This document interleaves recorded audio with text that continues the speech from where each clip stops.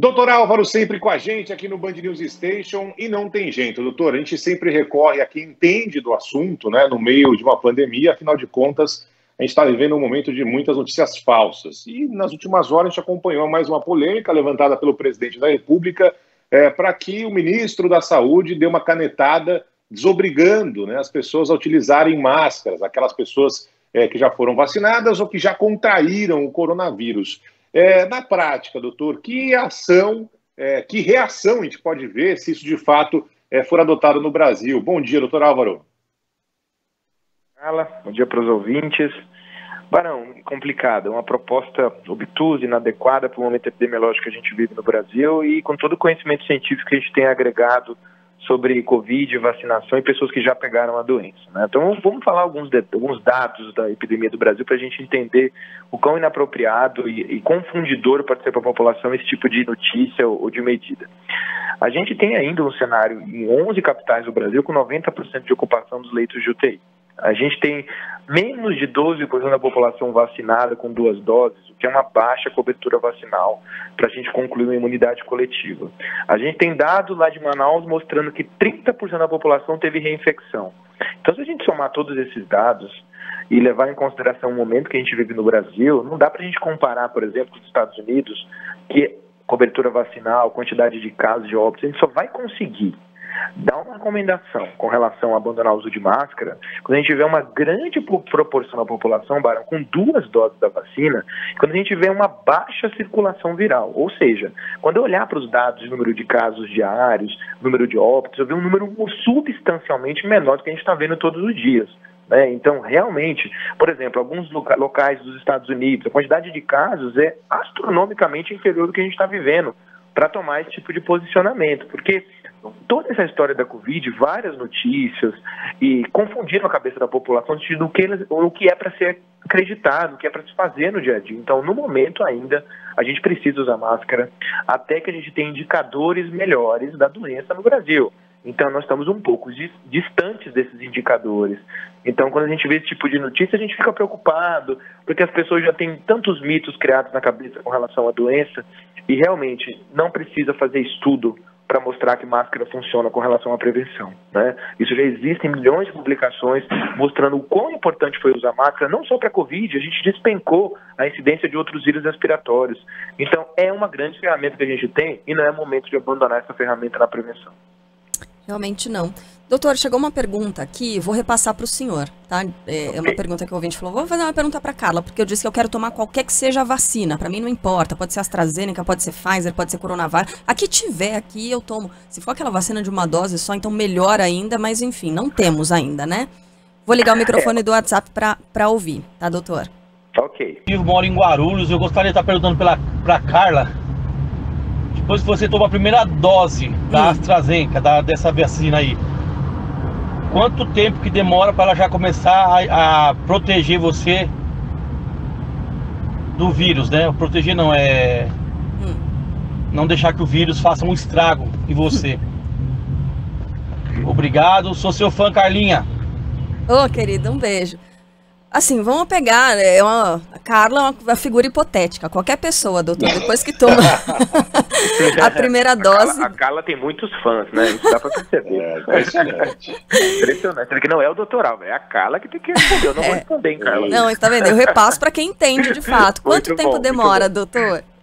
Olha, Carla, essa também é uma pergunta que geralmente as pessoas têm curiosidade de saber. Assim, se tomou a primeira dose de qualquer tecnologia de vacina, AstraZeneca, Coronavac, daqui pelo menos 3, 4 semanas é o tempo que o sistema imunológico vai montar aquela resposta parcial que pode ter uma resposta de proteção. Não é aquela resposta com 2 doses, mas já faz uma característica de prevenção ter uma dose da vacina. Então, pelo menos 3, 4 semanas, isso também não é um passaporte para você achar que pode abandonar a máscara, aglomerar. Então, conduta, fez uma dose, continua usando máscara, vai proteger um pouco mais do que não tomar vacina? Vai.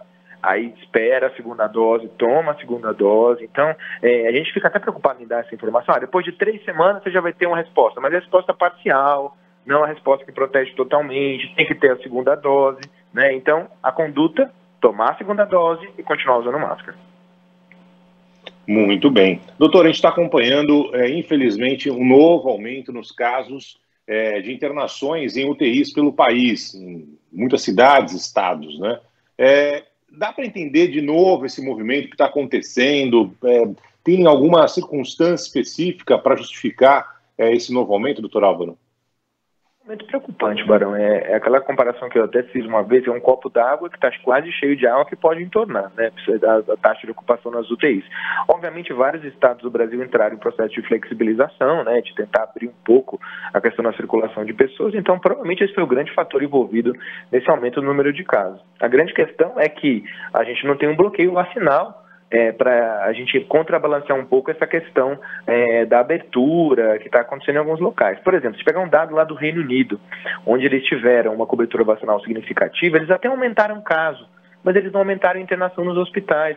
Porque como tem uma proporção grande de pessoas vacinadas, as pessoas adoecem, mas elas não vão para a UTI, elas não evoluem para a forma grave da doença. Então, o que não acontece no nosso país. Como a cobertura é baixa ainda, as pessoas pegam, ficam doentes e vão para a UTI. O problema é que chegar um momento, Barão, que a gente de novo não vai ter mais vaga de UTI para esses pacientes. E aí como é que fica a assistência de pessoas doentes, né? Então, de novo, aquela história.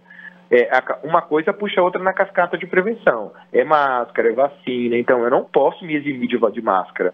Eu não posso me eximir de correr atrás de vacina de uma forma mais ágil do que a gente está fazendo. Porque senão, esse 90 chega a 93, 94, 95, 100%. E, de novo, aquele caos sanitário que a gente viveu há 4 semanas atrás.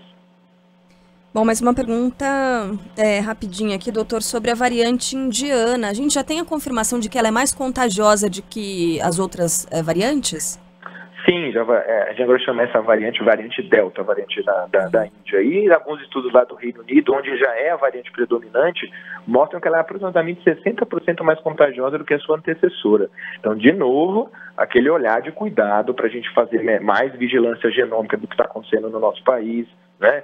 E interessante o dado lá do Reino Unido, que eles aumentaram o caso por essa variante, mas, de novo, eles não aumentaram a internação porque eles têm uma cobertura vacinal significativa. Olha a importância da vacina, mesmo num cenário de variantes, né? Então, por isso que a gente fala para a população e fica mesmo aflito com essa velocidade lenta de expansão de vacina no nosso país, né? Mas, realmente, é uma variante que pode virar predominante em algum local e dificultar o controle da pandemia naquele local. Então, se aquele local não tem cobertura vacinal adequada, pode sim ser um fator complicante na questão de controle da pandemia.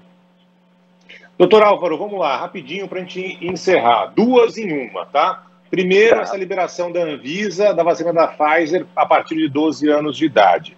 E queria mais uma vez aquele puxão de orelha nessa rapaziada que está indo para posto de saúde e não tomando a vacina da AstraZeneca. Doutor, por favor. Nossa, esse é um puxão de orelha que eu dava. Vou começar com a segunda pergunta. Eu já tive vários cenários de paciente vindo, doutor, eu só quero tomar a vacina da Pfizer. Gente, presta atenção numa coisa. As vacinas protegem contra a forma grave, a vacina Coronavac, a AstraZeneca, a Pfizer. Você tem que tomar a vacina que está disponível, não é para ir para posto de saúde, procurar a vacina, ligar para os lugares, esse lugar eu não vou porque só tem a vacina da AstraZeneca. As pessoas têm que entender que as vacinas têm estudos muito bem conduzidos mostrando o benefício de prevenção de forma grave. As pessoas não vão para a UTI, elas não vão morrer se elas tomarem a vacina. Então não é para escolher vacina mesmo, é para ir tomar que tem no posto que está disponível no nosso país. E a questão da vacina da Pfizer ser aprovada, e para a questão da idade, é um dado muito bom para a gente comemorar.